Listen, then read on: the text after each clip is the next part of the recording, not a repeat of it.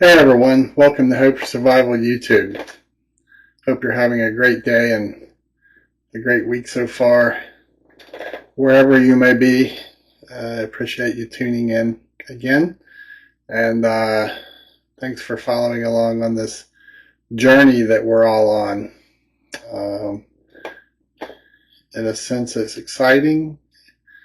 And in other ways, the unknown is challenging. It's mentally fatiguing, and many people do not handle the unknown well, and it creates stress and restless nights, and many folks don't do well with transition, especially when you're transitioning, you're on a journey transitioning to an unknown or numerous unknowns. And this is why for so long I continue to challenge your mindset. And if you really think about it, your mindset and your psychological profile, psychological welfare is it's kind of the balance in all that you do. It's the balance in your physical ability. It's the balance in your faith. It's the balance in your preparedness steps, whether it's your personal challenges and preparedness or your physical challenges in doing preparedness steps, or getting up and taking steps to build your resources the right way. And just like in many things, just like in the military, you can only maintain a state of high readiness for so long before it starts tearing down your psychological ability to cope, and then it starts impacting many facets of your life. And I would have to say, over the years of doing and teaching preparedness, the mindset is probably, if not the one of the most ignored steps in preparedness. We often we like to assume that we have control of everything, when in the world that we live today, we have to question, how much do we truly have control of?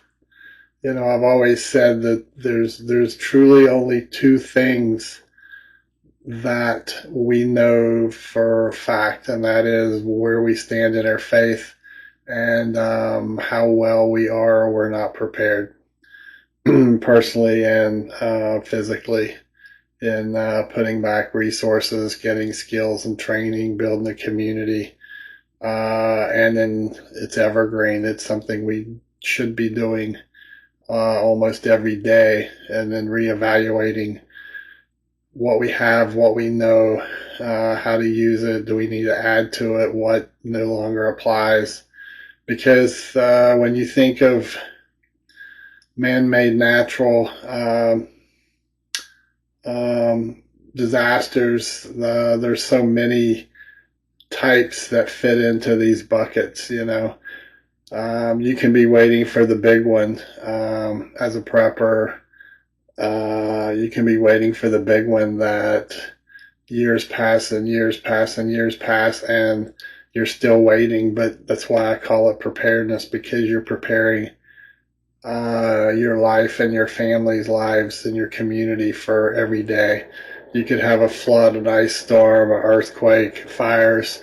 You could have so many disasters between now and the big one that impedes your way of life, where your preparedness skills and your community could be very effective in pulling through these situations, less painful than if you have nothing. If you're setting back like 90% of the country, I'll be nice and say 85% of the country. 85% of the people in our nation and probably in the world. No, we'll say in our country because it's different now. 85% of the people in our country are sitting back waiting on someone else to respond to take care of them. And I differentiate from the other countries because in so many countries, especially um, third world countries, they're higher in skills, they're higher in ways to fix things and take other resources and apply them to something that's broken to make it work. Whereas in our country, you just call 1-800-WAN, someone comes to your aid, whether it's to restore power, restore water, help you move, deliver groceries right to your front door with the Uber and Goober programs. And as time progresses and the challenges are getting bigger and bigger and bigger of what's coming, there through technology there's more and more spoils to simplify your way of life. Sure, for a mother of three married and all that, ordering your groceries and picking them up, or ordering your groceries and have them delivered, it's very, very convenient to have them dropped to your house. I get it. I'm not knocking it. I'm just pointing it out that um, it's spoiling us in a way to where we're more dependent and we're um, less proficient, if you will, to do these tasks. And I personally think in probably the short term, but definitely the long term, it's going to bite us in the behind as a country. Um, the reason that I'm recording this video is I wanted to talk to you kind of a continuation of the last video. But there's an ongoing movement that's going on, and I kind of mentioned it in the last video, and that is the MAGA movement imploding. And I've had several conversations with folks who I respect who offer different opinions and views. I'm delivering this to you from a non-opinion, but sharing the information with you. Um, if you go back several years, and we've heard it over and over and over, and first I'll say it is very, very difficult to truly take what you hear and believe it completely. I have my own folks that I highly respect. They're analysts. They've been all over the world. They both, two of them were in special forces, and they've been on the ground and see it in other countries. They know history in and out, trends, um, societal breaks, societal cracks, things that's pressuring society, whether it's internal or external pressures that are driving wedges between different sects of life. And I usually listen closer when I listen to these individuals. And there is a if you go back several years, one of the things that we've heard is how many of the 18 to 30-year-olds, the basement dwellers, if you will, and that group, Generation X, Generation Z, and so forth, they feel robbed. They feel that that's older people in the government, are leaving them a bill of goods, that they'll never be able to own a home, and they'll never be able to have a family and a dog and the white picket fence. because the debt is so massive and the pay that they're getting does not equate to having these things. And they've been voicing this for years, but the train keeps moving and no one's listening to them. Well, that's changing. And there is a growing movement that no one wants to take note of, and that is the massive number of youngsters who are now calling it America First, away from MAGA, and they're holding government officials and voices with large followings. They're holding them accountable, and they're asking good questions. And that is why is the administration who campaigned on America First not putting America first? And I've heard all kinds of reasons, but when we heard America First, I'm putting Americans first. We're going to cut the amount of aid we're sending out. We're not going to fight foreign wars. We're not going to import any more foreign students. We're going to slash immigration. We're going to create jobs in America with skills that pay. And in the last weeks, that's very questionable. We're hearing reasons that we need foreign workers at a plant in North Carolina because Americans aren't smart enough to do the skills and they can't be trained. We need to import thousands and thousands of students from China. We need to go A, B, C, D, E to intervene on different campaigns for military wars and so forth. Yes, the world is a dangerous place, and we expect our government to do their number one priority, which is protect the American people, and if that means at home or abroad.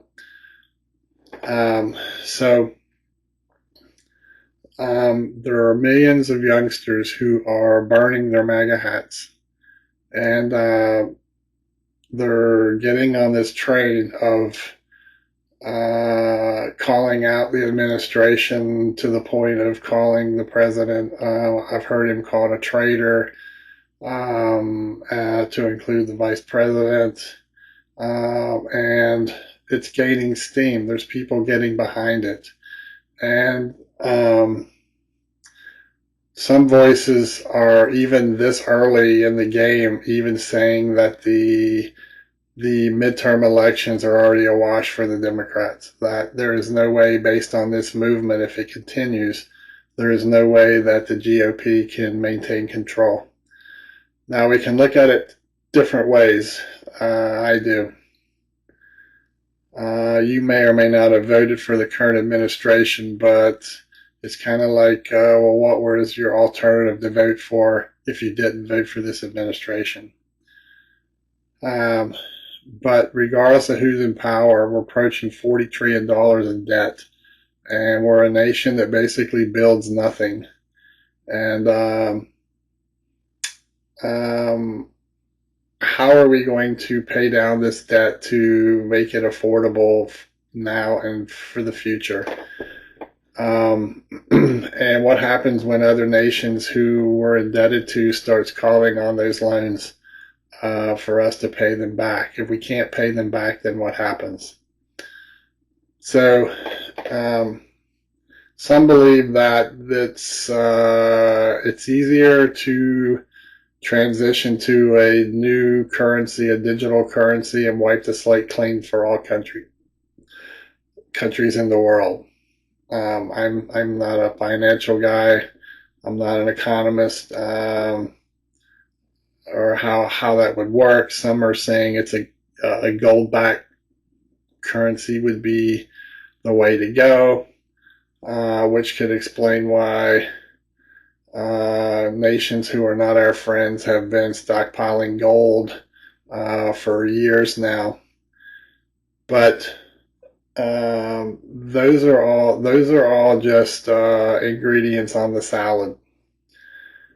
The problem is if these mass numbers continue to grow, and they're swearing that they will not vote for the GOP, period, they will vote for someone else in the other party, even if it's worse. Well, that creates other larger problems. And if we can say that we've righted the ship and the ship's going in the right direction, to now veer the ship in another direction, then what are the ramifications of it? But I get the whole accountability thing. I get the whole America First thing. This is what you promised. This was the movement that made it great. But now when we see leadership doing things and saying things and criticizing other family members within the GOP, it's kind of a no-go. It wasn't right or by the rules to criticize family members of the vice president or the president. Therefore, family members of other political parties should not be criticized equally, I believe.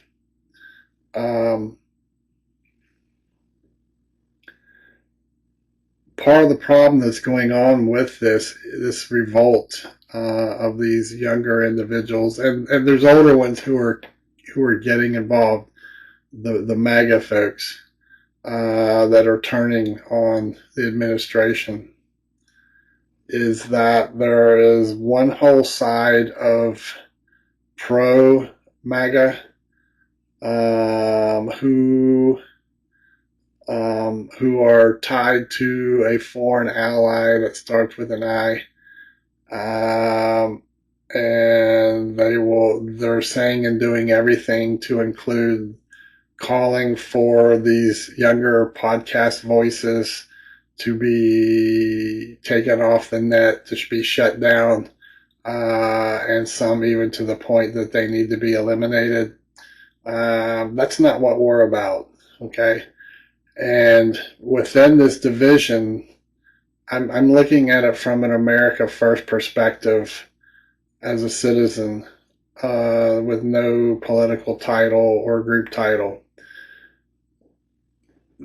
This is going to drive another wedge into the civil sector across America, and this is not a good thing. We've already got religious division, we've got economic division, we've got race division, we've got political division, and now if we have a splintering within one of those political divisions to create a third division,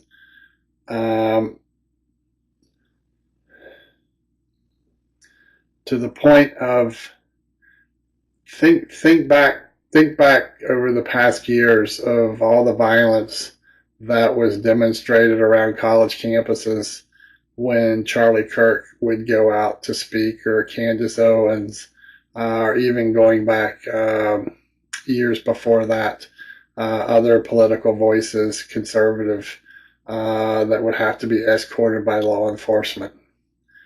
So imagine walking down the street in America and you're wearing a MAGA hat, and violence occurs.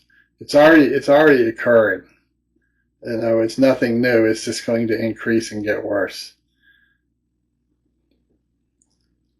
There's, from our point in perspective, this is all over our head. But from our point in perspective, it's going to create a more turbulent and potentially violent atmosphere out amongst their communities and cities. And then when you add in the factor of what's going on in Seattle, New York City, the state of Virginia, and New Jersey, with both being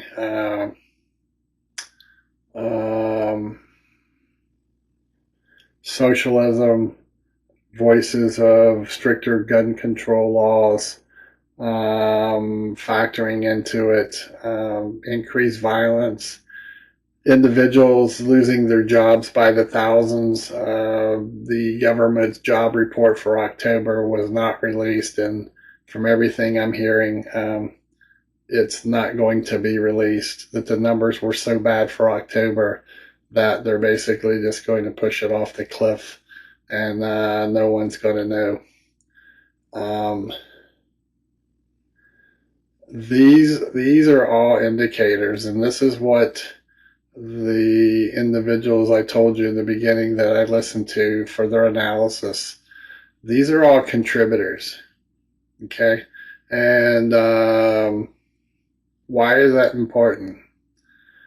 In my former life, when I was working as a security advisor supporting special operations, one of our jobs daily, we could be in country A, but we had a whole region of the world, a third of the world we were responsible for, and we're monitoring countries for hot spots and turmoil amongst the populace in those countries towards their government.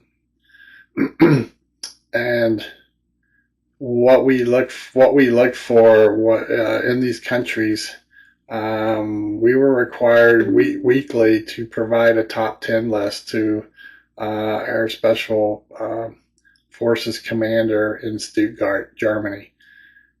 And these are the likely top 10 hotspots for this week. And it's all based off of a compilation of information coming from different factors on the ground there, and research, history, and current information flow. And we would piece that together to basically build a picture, to then rack and stack the hot spots. And when you look at America now, and you look at the factions and factors that are taking place outside, feeding into our country with disinformation, psychological operations, things within the government, debt, violence, the populace's attitude towards the standing government. All these things are the ingredients that makes up your salad. Okay, and they're all important factors. And the thing is as you pass week to week to week with these factors, how are these factors going to contribute to keep it a salad, or is it going to quickly be a spoiled salad and unedible that you're going to have to throw out, and then you don't have a salad? Meaning you're not going to have the country that is stabilized as we know it.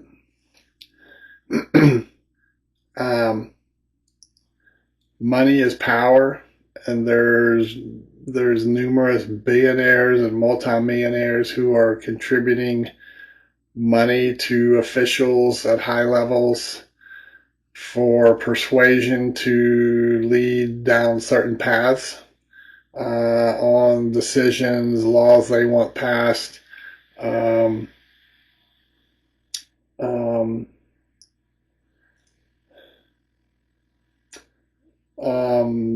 digital finance, social credit scoring on the net, basically to where we all will have a digital ID, and our ability to function in society is going to be dependent upon that social credit score, which basically takes all gathered information on your life to give you individually a rating.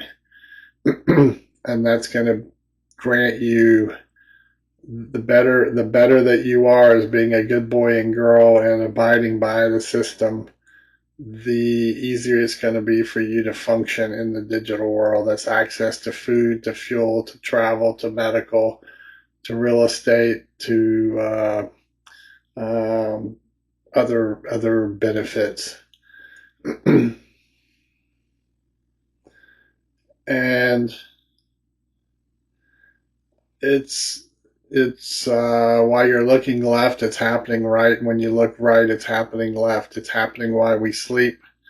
It's happening It's happening faster and faster and faster. And there's so many people I know who, excuse me,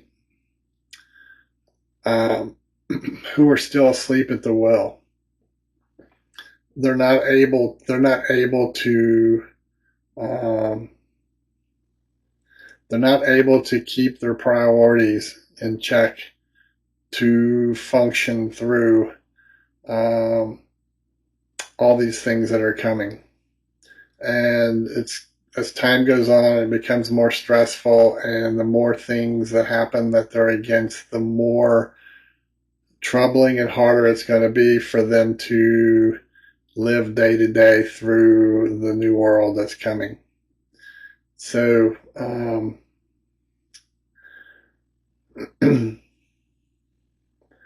I can only encourage you to, as I've said before, I've been talking about this for 6 years now and trying to get people's attention to the world that's around us that you don't see, the things that happen around you that manipulate your mind, manipulate your decisions without you knowing it.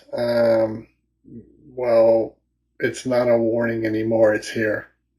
And all we can do is tell you, and the rest is up to all of us as individuals.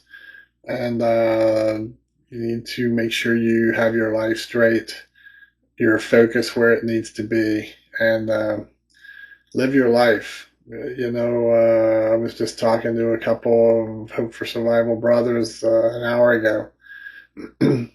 um, you can't change it. I've been telling you this for a long time. You can't change these things that are happening at a really, really high level. Okay, which totally reinforces again why you, your family, and your community are so critical and so important, that you have everything squared away, that you have your mechanism of people around you who you trust with your life, who you have vetted, brothers and sisters that you love like family, um, to work with, to counsel with, to pray with, um, help one another, doing tasks and improving things. It not only helps one another, but you're building that bond between your community and individuals. And it's going to all come down to that. And the thing is as it goes forward and things get tighter, it's going to be too late. You can't build a community by having a meeting at home and saying, "Hey guys, we're going to have a community. You want to be part of my community?" It's way too late then. These things take time, they take effort, they take willingness from all these individuals, um, working through things you may or may not all agree on, building a plan, and doing a lot of community outreach, which is a good thing regardless. So, it's all up to the individuals out there. All we can do is offer to you, these are things based on past experience and history that you really need to be doing. Okay. So anyway, I've rambled long enough here, and I could go on and on and on for a long time on this topic, because it's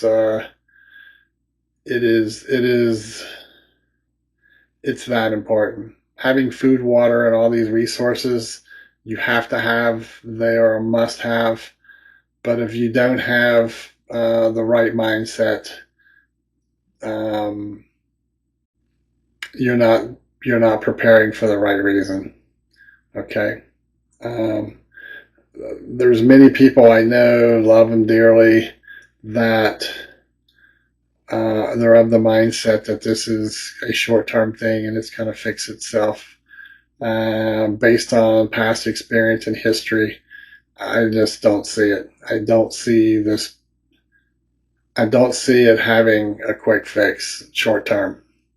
There is no magic potion. There's no rabbit in a hat. There's you're talking just there's so many moving pieces and factors that contribute to the overall recipe, and the recipe is getting worse with passing time. So keep your chin up, have hope, have faith. It's not impossible. You can do your best, and you will find through strength in your faith that the bumps in the road are far less bumpy. So if you like this video, please hit like. If you got comments, please leave them below. You can visit our website at hopeforsurvival.com. Post a monthly newsletter there with share lots of information for you there. We're building a ham radio network bridge. Right now we're from Alabama east to the East Coast to Wisconsin and down. Our ham ladies and gentlemen have been working diligently hard making this thing work.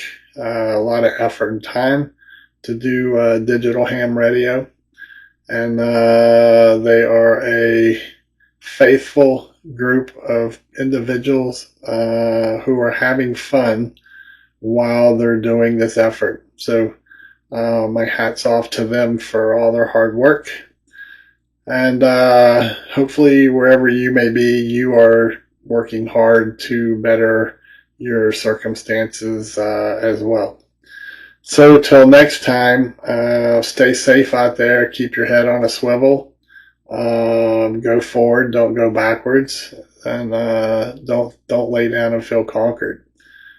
Stand up, stand for something, be faithful, be strong, be an example to others, lead when you can, contribute when you can, listen when you need to, and go forth. Okay? It will, no matter what, it's going to all be okay in the end, because we have no control over it, and all we can do is our best. All right? So again, till next time, don't forget to give thanks and remember how blessed we are as people. Bravo Echo out.